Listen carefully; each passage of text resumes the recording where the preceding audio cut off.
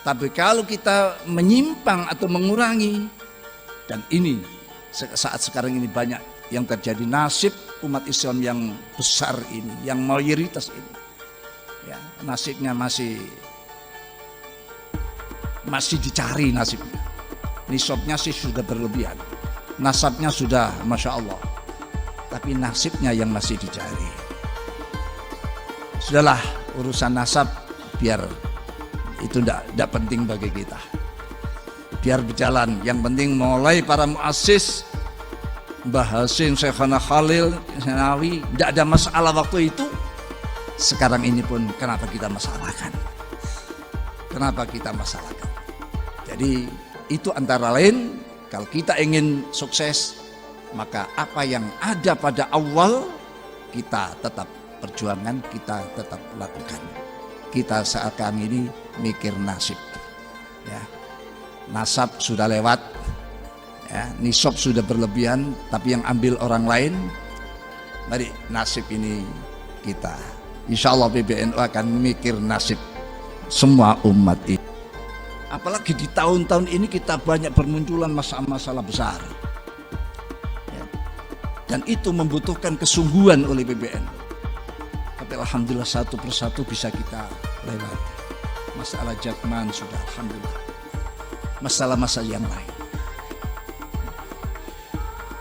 Jadi kalau muncul ada isu-isu apa MLB atau apa dan sebagainya, itu justru itu masalah yang menurut PBNU hal yang wajar sebetulnya. Tapi kalau mengikuti aturan-aturan yang telah berlaku. Karena MLB itu kan tujuannya untuk memperbaiki. Nah sekarang sepertinya tidak ada yang mau diperbaiki. Apa yang perlu diperbaiki? Lalu ada apa dengan kepentingan MLB itu misalnya? Bukan kita itu takut, tapi bagaimana caranya, bagaimana bentuknya hal itu bisa dilakoni dengan. Saya ingat bagaimana Rasulullah SAW menggambarkan sebuah organisasi. Dalam hadisnya sahabat An-Nu'man bin Bashir menyatakan, inna qauman raqibu safinah faktasamu fa asaba kullun mahallahu atau makana fa akhadha rajulun al-fas wa naqara as-safinah faqalu madza ta'mal madza tasna' qal hadza makani asna'u ma syi'tu fa in akhadhu ala yadayhi najaw wa naja wa in tarakuhu ghariku wa gharika. Al hadis al kama qala Rasulullah SAW. Kanjeng Nabi menggambarkan sebuah organisasi, apalagi organisasi keagamaan seperti Nahdlatul Ulama yang besar ini, yang terbesar, itu digambarkan bagaikan bahtera. Penumpangnya macam-macam, kelasnya macam-macam. Nah, akhirnya masing-masing mendapat tiket masing-masing menurut ukuran kelas yang mereka dapatkan. Lalu ada salah satu daripada penumpang, karena mungkin kelasnya di bawah, ingin mengambil air, mengambil kampaknya, mengambil jalan pintas, ingin melubangi perahu ini agar dia mudah mengambil air. Yang lain tahu ini sebuah pelanggaran, ini perbuatan yang membahayakan. Tapi kalau penumpang yang lain ini bersikap tegas, akhadhu ala yadaihi, dipegang, kalau sudah diberikan peringatan tidak bisa, baru diadakan gerakan ketegasan, dipegang, diselamatkan, maka perahu ini dan semua penumpangnya akan selamat. Tapi kalau dibiarkan dengan alasan ini tempatku, ini hakku, saya boleh punya hak bicara apapun karena ini hak saya, padahal hak ini akan mengganggu yang lain, mengganggu ketertiban nizamiyah sebuah organisasi. Kalau dibiarkan, akhirnya ghariku wa gharika, bukan hanya dia yang tenggelam, tapi semua penumpang yang ada di bahtera di kapal ini akan tenggelam. Jadi amar ma'ruf nahi anil munkar yang merupakan ciri khas daripada dakwah. Assalamualaikum warahmatullahi wabarakatuh. Saudara-saudaraku sekalian, ini ya statement dari Rais Am PBNU Kiai Haji Miftahul Akhyar, Ketua PWNU Jawa Timur dan seluruh jajaran Tanfidiyah, para pejabat pemerintah yang hadir, Sekda Provinsi Jawa Timur, dari Polda dan Pangdam yang mewakili, Pemprov Jawa Timur dan semuanya, khususnya PJNU Jawa Timur, Syuriatan wa Tanfidiyatan dan lembaga Banom yang hadir rahimakumullah jami'an. Saya tadi sudah ambisi ketum agar saya tidak usah nyampaikan, cukup diwakili oleh beliau. Karena disambil waktu dan sudah banyak yang disampaikan, tapi tetap dipanggil. Apa ini sebuah kewajiban kalau saya? Para hadirin, para ru'asa Syuriatan Tanfidiyatan se-Jawa Timur rahimakumullah jami'an. Hari ini kita layangkan bayangan pada 16 Rajab pada tahun 2026 yang lalu. Bagaimana kita sih membayangkan sebelum atau detik-detik kelahiran Nahdlatul Ulama. Di saat-saat penunjang dan akses untuk melahirkan sebuah organisasi yang sekarang sudah menggurita, bahkan diakui sebagai organisasi yang terbesar di dunia. Dan kita juga masih terus berusaha untuk mendotkan dunia ini sebagai lambang Nahdlatul Ulama. Itu dotnya melintasi gambar dunia. Ini masih dalam perjuangan. Tentu di sana kalau tidak ada juhud dan jihad, khulusun niyah, dan kesungguhan yang prima, istiqomah dan as-sidqu wal amanah, mungkin kita tidak bisa membayangkan dan merasakan NU sudah sedemikian besar, NU sudah sedemikian menjagat raya, tinggal penyempurnaannya. Kemuliaan tentu tetap dimiliki oleh para muassisun. Kemuliaan Nahdlatul Ulama tetap para muassis pemiliknya. Kita ini hanya entah layak disebut sebagai penerus atau apa, karena semua sudah sedemikian rupa. Kita tinggal menikmati. Ibarat bendera sudah dikerek begitu selesai pada puncaknya. Kita tinggal melihat dan menikmati itu semuanya. Tentu tidak ada pikiran kita untuk menurunkan bendera sejengkal pun. Justru pikiran kita harus kita jaga bendera itu. Atas juhud dan jihad para muassis yang sedemikian luar biasa.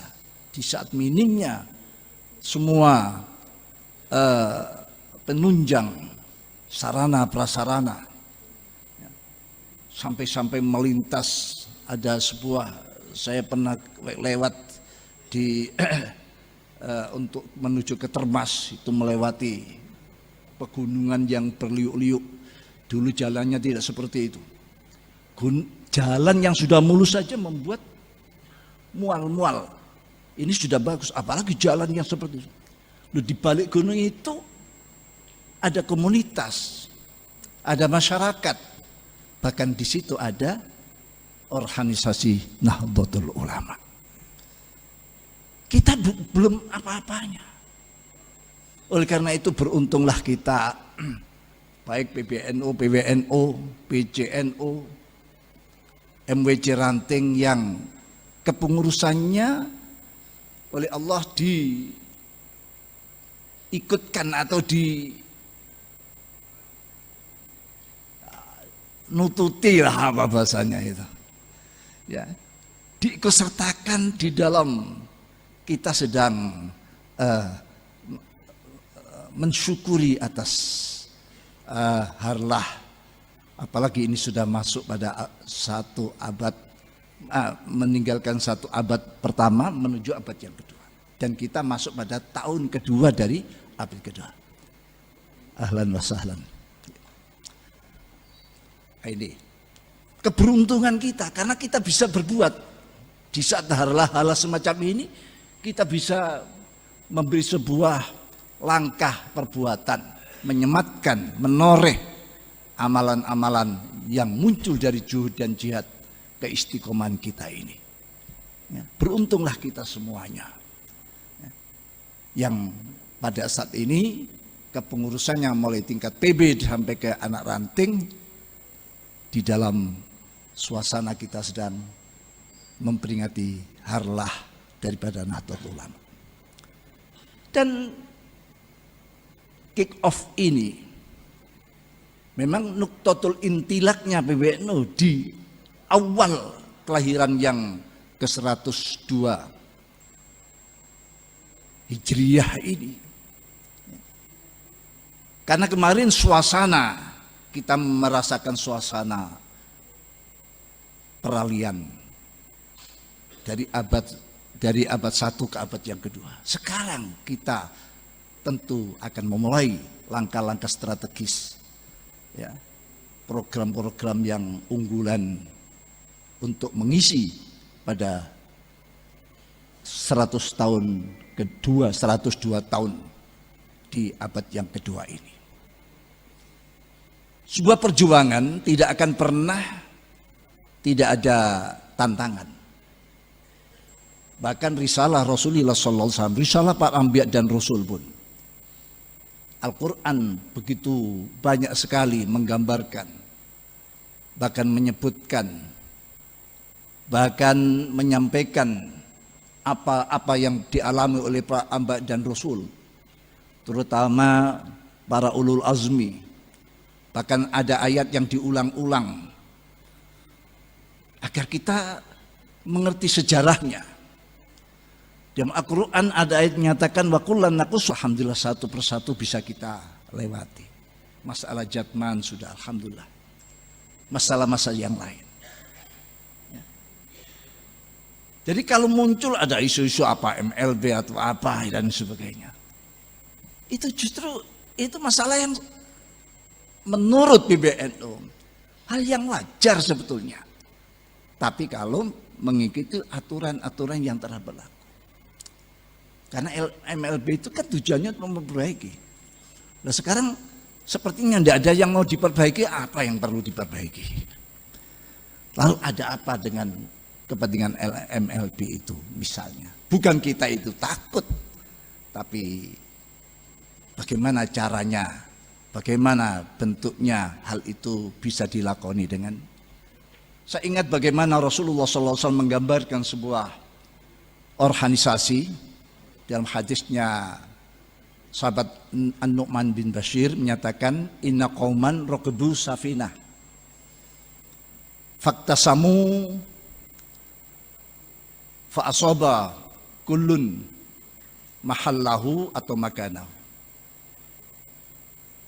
fa akhadha rajulun al-fas wa naqara as-safinah faqalu madza ta'mal madza tasna' qal hadza makani asna'u ma syi'tu fa in akhadhu ala yadayhi najaw wa naja wa in tarakuhu ghariku wa gharika. Al hadis al kama qala Rasulullah SAW.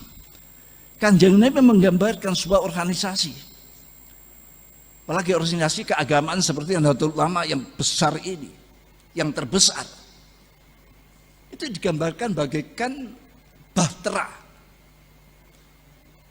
penumpangnya macam-macam, kelasnya macam-macam, akhirnya masing-masing mendapat tiket masing-masing menurut ukuran kelas yang mereka dapatkan. Lalu ada salah satu daripada penumpang, karena mungkin kelasnya di bawah, ingin mengambil air, mengambil kampaknya, mengambil jalan pintas, ingin melubangi perahu ini agar dia mudah mengambil air. Yang lain tahu ini sebuah pelanggaran, ini perbuatan yang membahayakan. Tapi kalau penumpang yang lain ini bersikap tegas, akhadhu ala yadaihi, dipegang, kalau sudah diberikan peringatan tidak bisa, baru diadakan gerakan ketegasan, dipegang, diselamatkan. Maka perahu ini dan semua penumpangnya akan selamat. Tapi kalau dibiarkan dengan alasan ini tempatku, ini hakku, saya boleh punya hak bicara apapun karena ini hak saya, padahal hak ini akan mengganggu yang lain, mengganggu ketertiban nidhomiyah sebuah organisasi. Kalau dibiarkan, akhirnya ghoriku wa ghoriko, bukan hanya dia yang tenggelam, tapi semua penumpang yang ada di bahtera di kapal ini akan tenggelam. Jadi amar ma'ruf nahi anil munkar yang merupakan ciri khas daripada dakwah Nahdlatul Ulama tetap harus ditegakkan. Itu bukan berarti kita ini tangan besi, kita ini main soal organisasi keagamaan. Ini agama pun membenarkan hal semacam ini. Oleh karena itu para kiai, ngurus PCN seluruh Jawa Timur, mari momentum harlah yang ke-102 ini kita gunakan untuk menghidupkan kembali ruhul jihad, juhud dan jihad, ya, sebuah niat as-sidq wal amanah wal adlu wal istiqamah wat ta'awun sebagaimana mabadi khair ummah yang menjadi pegangan kita untuk bisa bersaing dengan organisasi yang lain. Intinya ma yasluhu hadil ummah illa bisolihi atau illa bima soluha awwaluha. Organisasi sekarang ini tidak akan mencapai kebaikan, menjadi tertib, menjadi nizam kalau kita tidak meniru apa yang telah ditentukan oleh para muassis awal di dalam mendirikan Nahdlatul Ulama ini. Kalau kita ada ya dengan gerakan-gerakan seperti gerakan-gerakan yang ada, kita akan menjadi organisasi yang solihah, organisasi yang terus akan berkembang. Tapi kalau kita menyimpang atau mengurangi, dan ini saat sekarang ini banyak yang terjadi, nasib umat Islam yang besar ini, yang mayoritas ini, ya, nasibnya masih dicari nasibnya. Nisabnya sih sudah berlebihan, nasabnya sudah masya Allah, tapi nasibnya yang masih dicari. Sudahlah,